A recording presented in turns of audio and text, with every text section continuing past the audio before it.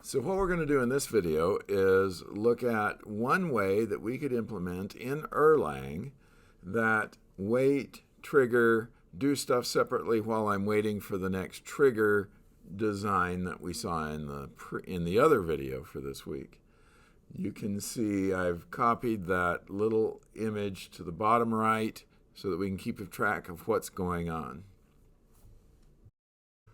Now let's take a look at what happens when we call the stay branched modules start function. You can see it starts on line 3 and consists completely of line 4. That's what its behavior is going to be. That's what its value is going to be. So on line 4, you'll see that it spawns the stay branched modules do stuff function, and it passes that do stuff function no parameters.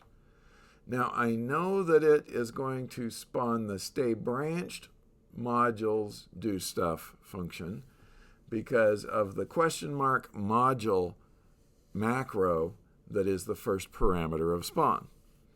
The function do stuff is listed as the next parameter, and then the third parameter of spawn is actually the list of parameters for do stuff.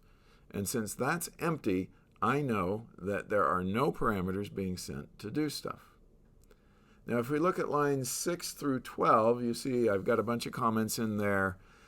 Essentially I'm saying in there, hey, you can put as many lines of code in here and that would be great. I don't want to put some rinky-dink lines of code in there. So I'm just going to pretend they're there and only have one line of code at the end, and it's going to print out all those lines of code just completed. So every time start is called for the stay branched module, do stuff will be spawned, and all those lines of code just completed will be printed. Okay, but it's going to be in a separate process of its own, so it can run while something else is doing something else. This do stuff function in the diagram is that arrow with the 90-degree bend in it where it says compute stuff here. That's the same thing. It's represented by that arrow in the diagram, and it's this code that you're seeing in the stay branched do stuff method. Now what we're going to do is see what happens when we run this code. You can see I'm in a directory that has go again and stay branched URL files. I'm running the REPL, and I'm going to compile the go again module. Now when I do this, it's going to give me a warning, but that's okay. It's just saying that any is not used, and I put that any in there for you just to make it easier for you to read the code. So now I'm going to compile the stay branched code, and you'll see that worked just fine too.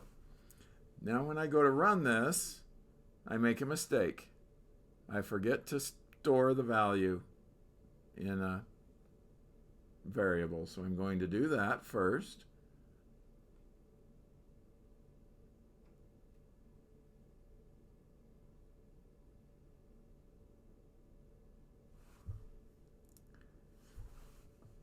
And so I'm starting go again. That gives me the PID. Now I'm going to send a message to the again PID, and the message I'm going to send it is Sally.